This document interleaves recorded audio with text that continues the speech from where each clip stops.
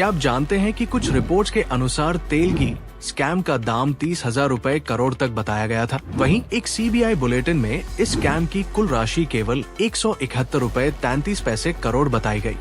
और विकिपीडिया के अनुसार इस घोटाले की कुल कीमत लगभग 200 रुपए बिलियन यानी 20,000 रुपए करोड़ है। इतनी बड़ी छोटी बात में अंतर कैसे हो सकता है? यही है असली कहानी, जिसमें है एक विशाल नेटवर्क, भ्रष्टाचार और अनगिनत अनसुलझे सवाल। अब बात करते हैं उस ऑपरेशन की जो 300 एजेंट्स के सहारे चलता था। तेलगी ने 76 फर्मों, 176 ऑफिसों, 1000 से भी अधिक कर्मचारियों और 123 बैंक खातों का नेटवर्क बनाया था, जो 18 शहरों और 13 राज्यों में फैला हुआ था। इमेजिन करें, इतनी विशाल नेटवर्क के जरिए कैसे फर्जी स्टाम्प पेपर बैंक, इंश्योरेंस कंपनियों और स्टॉक ब्रोकर्स तक पहुंच गए। ये सब एक बड़े साजिश का हिस्सा था, जिसे समझना बेहद दिलचस्प है। दोस्तों, इस स्कैम में सिर्फ तेलगी ही नहीं बल्कि कई सरकारी अधिकारियों की भी भागीदारी थी। एक ऐसे अधिकारी निखिल कोठारी, जिनकी मासिक सैलरी सिर्फ 9,000 रुपए थी, लेकिन जिनकी नेटवर्क ₹1 बिलियन से भी अधिक बताई गई। ये दर्शाता है, इन आंकड़ों से साफ झलकता है कि ये स्कैम केवल एक व्यक्ति का काम नहीं था, बल्कि एक बड़े सिस्टम की खामी थी। आज हम जानते हैं कि तेलगी को आखिरकार सजा मिली। उन्हें 2006 में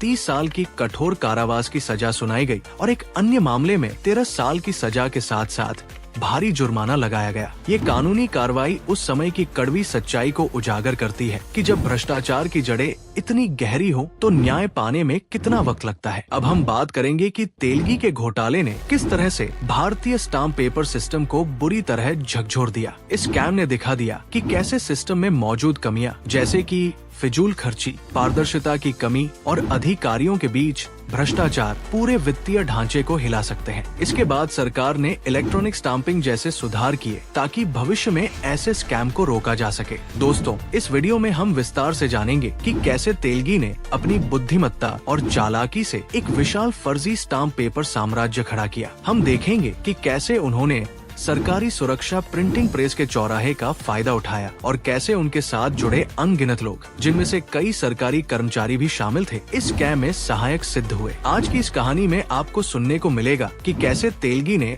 300 एजेंट्स के माध्यम से फर्जी स्टाम्प पेपर बनाकर उसे बड़े पैमाने पर बेचा और कैसे ये घोटाला भारतीय वित्तीय व्यवस्था में विश्वास की नींव हिलाकर रख दिया। इस घोटाले से हमारे वित्तीय सिस्टम की कमजोरियों का खुलासा हुआ और इसके परिणाम स्वरूप सरकारी नीतियों में बड़े बदलाव आए, जैसे कि ई स्टाम्पिंग की शुरुआत। इस कहानी में सिर्फ नंबर और आंकड़े नहीं हैं, बल्कि इसमें छुपी है एक गहरी इंसानियत की कहानी। कैसे एक आम आदमी ने अपने मौजूदा सिस्टम की खामियों का फायदा उठाते हुए एक बड़ा फर्जी साम्राज्य खड़ा किया। इसमें वो संघर्ष, वो धोखा और वो भ्रष्टाचार शामिल है जिसने पूरे देश को एक झटका दिया। दोस्तों, इस वीडियो में हम आपको बताएंगे कि कैसे तेलगी के इस घोटाले ने न केवल आर्थिक नुकसान पहुंचाया, बल्कि आम जनता के विश्वास को भी ठेस पहुंचाई। हम आपको उन महत्वपूर्ण मोड़ों से रूबरू कराएंगे जहां पर सिस्टम की कमजोरियां सामने आई और न्याय की लड़ाई शुरू हुई। तो यदि आप भी जानना चाहते हैं कि कैसे एक व्यक्ति ने इतनी बड़ी सी छोटी चीज, एक स्टाम्प का इस्तेमाल कर देश को हिला कर रख दिया, तो बने रहिए हमारे साथ। आज हम आपको ले चलेंगे इस रोमांचक सफर पर, जिसमें है बड़े से बड़े आंकड़े,